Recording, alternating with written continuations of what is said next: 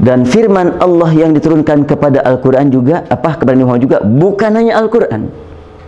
Ada hadis qudsi, kalamullah juga. Sebab di dalam hadis qudsi kalimat Allah langsung, seperti umpamanya, idza qala al-abdu alhamdulillahirabbil alamin qala rabbu hamidani abdi. Kalimat hamidani itu firman Allah, tapi tidak disebut Al-Quran. Apa perbedaannya antara kalamullah yang disebut dengan Al-Quran dengan kalamullah yang masuknya ke dalam hadis qudsi? Kalamullah yang disebut dengan Al-Quran adalah al-mu'jizu,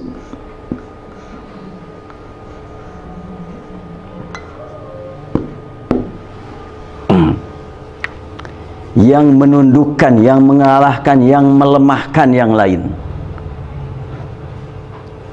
Sehingga kalau dibacakan Al-Quran di tengah-tengah masyarakat Arab yang tidak beriman kepada Al-Quran, mereka tercengang. Salah seorang pakar tafsir di Amerika, guru besar tafsir di Amerika, dia datang ke Bandung menyampaikan ceramah tentang tafsir tematik. Dia menyatakan Al-Quran ini satu-satunya buku ilmu yang tidak pernah akan tamat dipelajari. Dan dia menjelaskan bagaimana cara menerangkan Al-Quran secara per tema. Selesai ceramah dibuka tanya jawab. Seorang yang hadir bertanya, setelahnya saya mendengarkan Anda wahai profesor tentang tafsir tematik, saya semakin bertambah keyakinan tentang hakikat Al-Quran benar-benar turun dari Allah, bukan karya manusia. Apakah profesor juga berpikiran seperti itu? Ya pastilah. Gak mungkin ada manusia yang mampu membuat seperti ini. Lalu penanya nyusul, apakah profesor beragama Islam? Dia menjawab, saya sebagai orang Amerika gak berkepentingan dengan agama. Dia tidak beragama Islam, tapi yakin betul Al-Quran itu adalah dari Allah, bukan buatan manusia. Dia ngerti bahasa Arab, sudah menjadi guru besar tafsir, tapi tidak mendapatkan nikmat iman kepada Al-Quran. Kita tidak sedang pemahamannya, tapi Allah pilih kita menjadi orang yang meraih nikmat iman. Alhamdulillah, makanya sangat penting untuk senantiasa kita ingat akan karunia yang sangat besar ini. Kita bersyukur kepada Allah. Kalamullahil munazzal ala Muhammadin al-mu'jizu bilafzihi.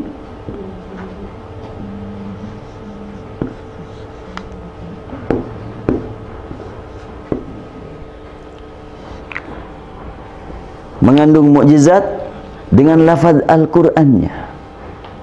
Kalau umpamanya segala puji bagi Allah, itu bukan lafaz Al-Qur'an. Lafaz Al-Qur'an adalah alhamdulillahi rabbil alamin. Al-mu'jizu bilafzihi. Sehingga tafsir Al-Qur'an tidak disebut Al-Qur'an karena tidak mengandung mukjizat lafaz tafsir. Ketika kita menerangkan tentang Al-Quran, kita juga harus sadar dan menyadarkan para pendengar, ini keterangan saya bukan Quran. Yang saya terangkan sumbernya Al-Quran, tetapi keterangan saya bukan Al-Quran. Bisa salah, bisa benar. Qurannya tidak salah, tapi keterangan saya bisa salah, bisa benar. Dan itu perlu disadarkan diri kita masing-masing agar tidak ngotot kalau kita menemukan yang berbeda langsung dianggap salah saja. Boleh jadi yang berbeda dengan kita dia lebih luas wawasannya, atau bukan dia yang lebih luas, tapi yang memberi ilmu kepada dia lebih luas wawasannya dari kita. Dan itu harus disadari betul gitu oleh kita itu. Jadi kalau kita menemukan ada yang berbeda dari kita, posisikan diri kita, ini saya sendiri. Yang berbeda dengan saya ini banyak. Yang boleh jadi orang yang berbeda dengan saya, ilmunya kalau dikumpulkan berapa kali lipat kita. Nah, dengan seperti ini insya Allah kita manakala mau merubah pemahaman nggak akan malu-malu. Tapi kalau sejak awal sudah berkata ini yang benar, selain dari yang ini salah, ternyata setelahnya di perjalanan diketahui lemahnya dalil sendiri, berat untuk merubah. Dan itu banyak dialami. Kita belajar kepada Al-Imam Syafi'i. Beliau sudah menjadi tokoh ulama yang sudah keliling dari Mekah ke Madinah, ke Mekah lagi, ke Yaman, ke Baghdad, ke Basrah, ke Kufah.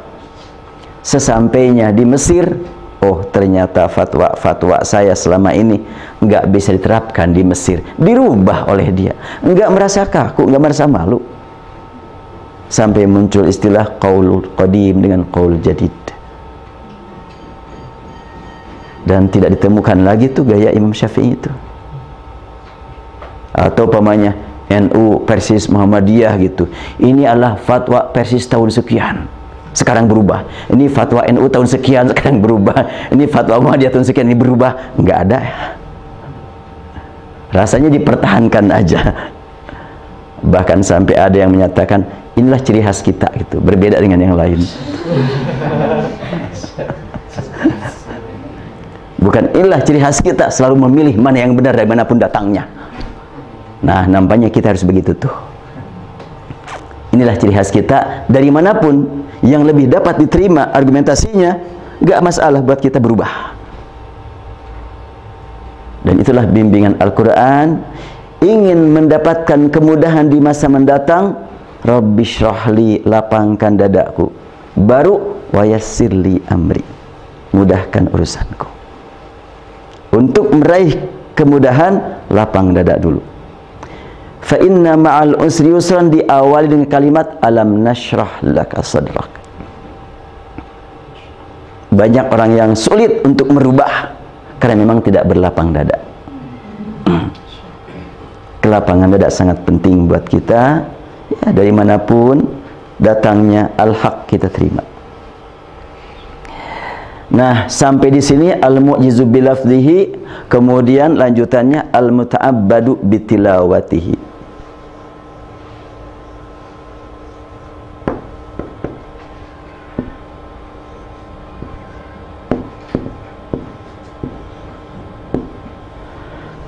Kalau saya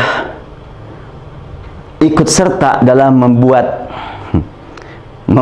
definisi ini, mau saya tambah bilafzihi fi kitabatihi wa qiraatihi. Lafaz yang terbaca dan tertulis, atau bitilawatihi atau biqiraati wa kitabatihi. Karena belum diangkat nih mukjizat tulisan.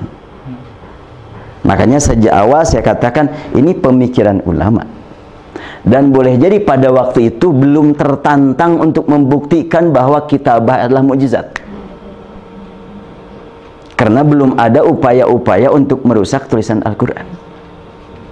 Sekarang sudah ada upaya-upaya untuk merusak tulisan Al-Quran. Sangat penting bagi kita untuk menambah di sini nih. Dan saya temukan dalam beberapa definisi karya para ulama dulu, nggak ada yang mengangkat dalam definisi menyebut tulisannya. Sehingga wajar kalau sekian banyak para pengkaji Al-Quran menganggap bahwa tulisan itu bukan dari Rasul, tapi dari sahabat saja. Dan kita tidak meyakini begitu. Sebab Allah Subhanahu wa ta'ala menegaskan bahwa yang Allah turunkan adalah Quran dan kitab.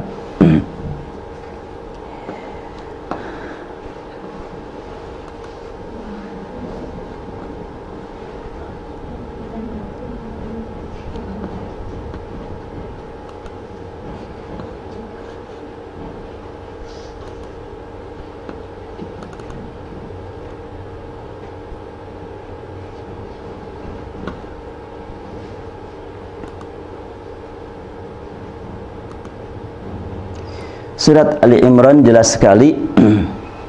Alif lam mim Allahu la ilaha illa huwal hayyul qayyum nazzala 'alaikal kitaba bil haqq. Nazzala 'alaika, dia telah menurunkan kepada kamu Alkitab. Pada ayat ke-7, huwallazi anzala 'alaikal kitab, dialah yang menurunkan kepadamu Alkitab. Jadi kitab itu turun, bukan terdengar bacaan lalu ditulis oleh sahabat, enggak begitu.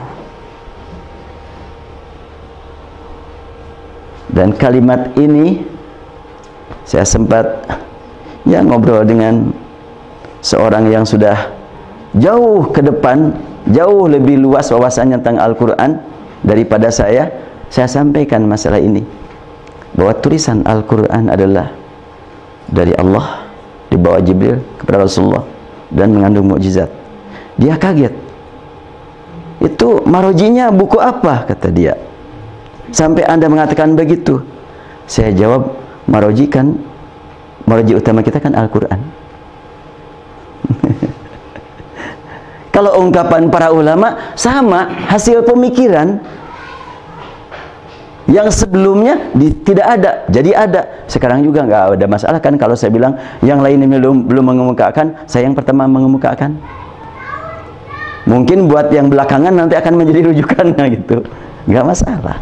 Sebab semua tafsir juga kan pemikiran. Karena kalau kita perhatikan ini ayat huwallazi anzala 'alaikal kitab, dan baik untuk Al-Quran atau untuk Alkitab, Allah menggunakan kalimat nazzala dan anzala. Sama nih. Nazzala memberikan makna sesuai dengan bacaannya, turun secara berangsur, nazzala. Sedangkan kalau anzala, turun dengan sekaligus, anzala, sesuai dengan bacaannya. Kenapa diartikan kalau nazzala berangsur? Kan ada dalam surat Al-Insan, inna nahnu nazzalna 'alaikal qur'ana tanzila. Para ulama menerjemahkannya turun secara berangsur.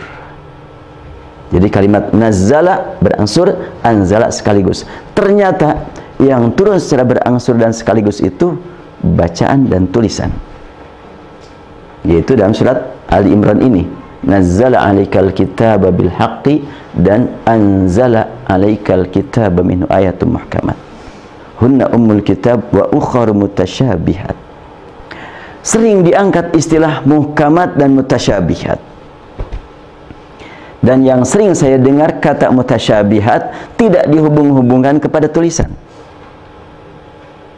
Padahal kita temukan dalam Al-Quran kata mutasyabih terkait dengan mukjizat ini hubungannya dengan tulisan. Surat Al-Imran ayat 7 dan surat Az-Zumar ayat 23 menyebutkan Allahu nazzala ahsanal hadithi kitaban mutasyabihan, bukan Qur'anan mutasyabihan. Demikian pula di sini min apa? Minal kitab ayatun muhkamat hunna ummul kitab wa ukhra mutasyabihat hunna ummul kitab. Subhanallah. Wa ukhra mutasyabihat. Minal kitab ada muhkamat, itu ummul kitab, bukan minal Quran, hunna ummul Quran kan, tapi minal kitab ummul kitab wa ukhra mutasyabihat. Jadi mutasyabih itu lebih banyak dalam penulisan. Otomatis kalau mutasyabih dalam penulisan, bacaannya terbawa. Tapi mutasyabih dalam bacaan belum tentu dalam tulisannya. Sebab ada bacaan, ada tulisan, pasti ada bacaan, tapi tidak semuanya bacaan ada tulisan. Contohnya, dapat SMS, ada yang baca kan? Ketika nelpon, ada yang nulis enggak? Enggak. Ngobrol panjang, enggak ada yang nulis tuh. Jadi ada ungkapan tanpa ditulis, tapi ada tulisan, ada yang mengungkapkannya. Karena itu kalimat hunna ummul kitab wa ukhra mutasyabihat wa ukhra minal kitab ayatun mutasyabihat minal kitab. Nah, di sini sangat penting kalau kita mau mengangkat masalah definisi, walaupun tidak tertulis dalam definisi para ulama terdahulu, kita angkatlah bahwa mukjizat Al-Quran itu termasuk bacaan dan tulisannya. Kenapa ini penting?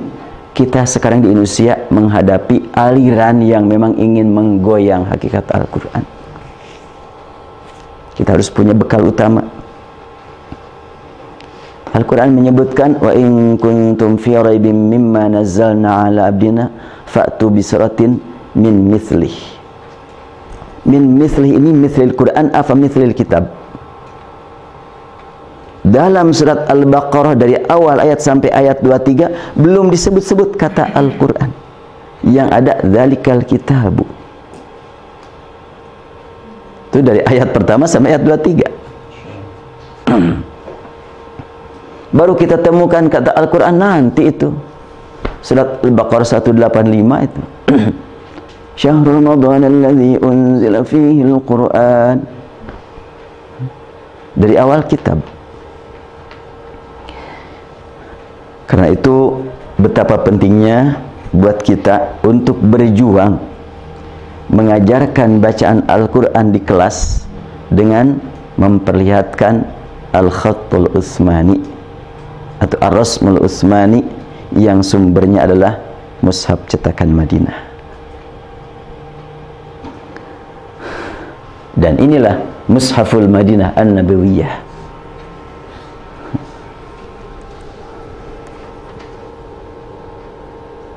Nah, al-mu'jizu bitilawatihi atau muta'abbadu bitilawatihi ya. Definisi yang disebut definisi itu kan harus meliputi semua kandungan dan menolak semua yang tidak masuk. Itu definisi namanya. Tapi para ulama ilmu mantik juga ada yang memberikan arti definisi ada dua macam kan. Ada kata definisi at-ta'rif bil had dan at-ta'rif bil rasmi kata mereka. Itu arti definisi aja udah macam-macam lagi ya.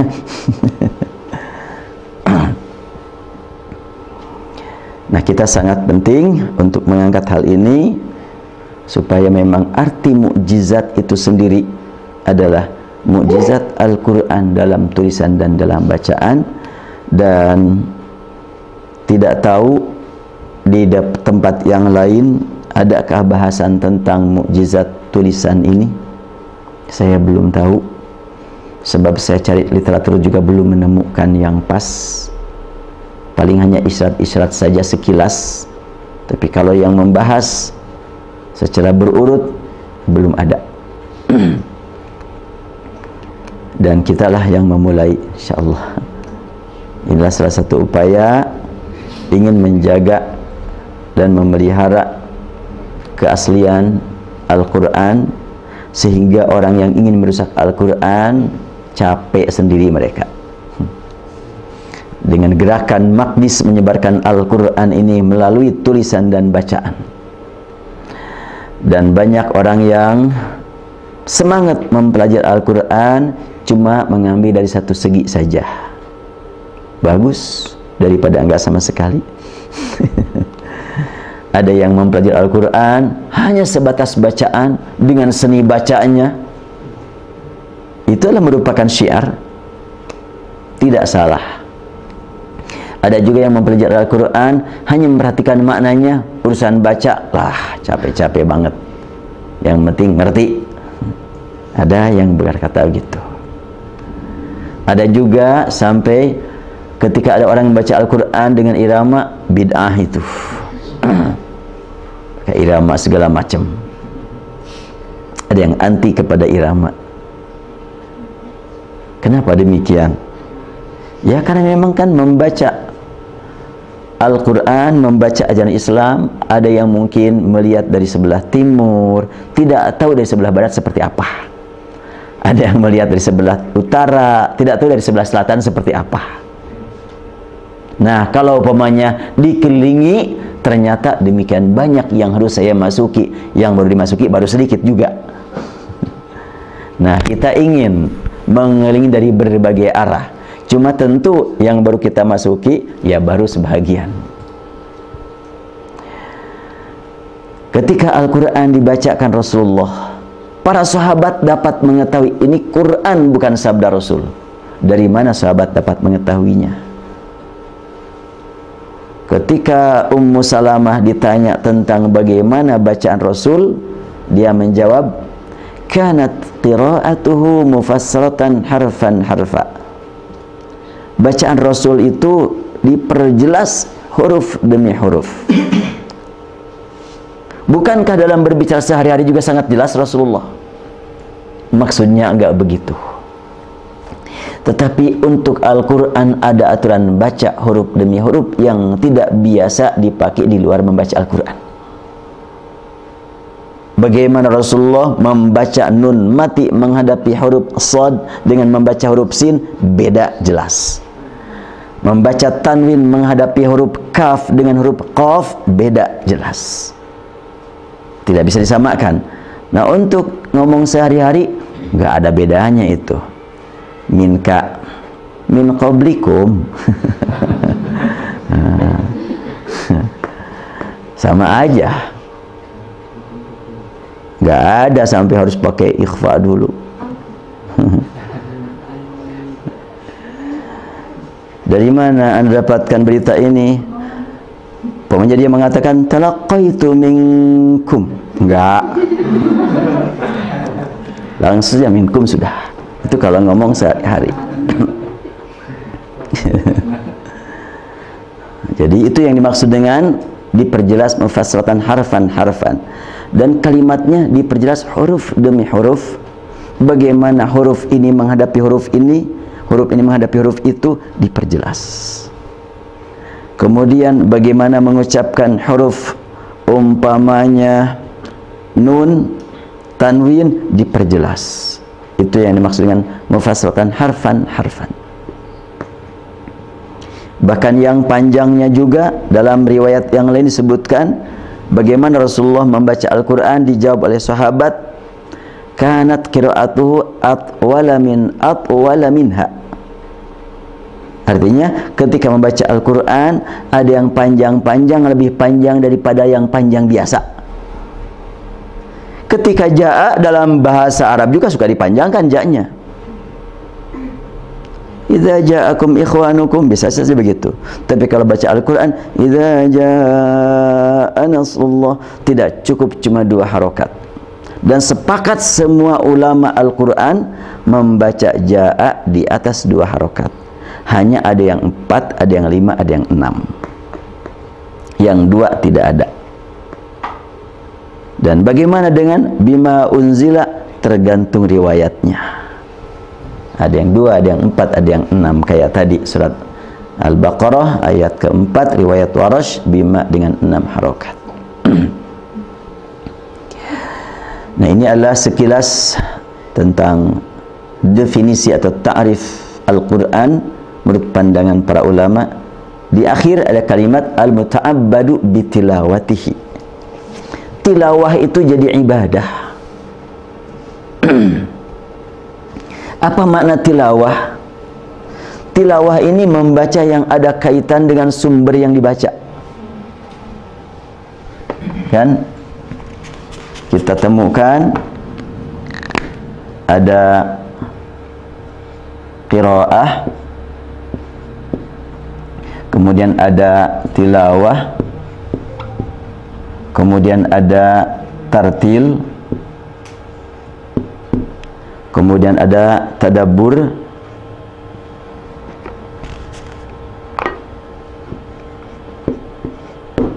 kemudian ada tafsir,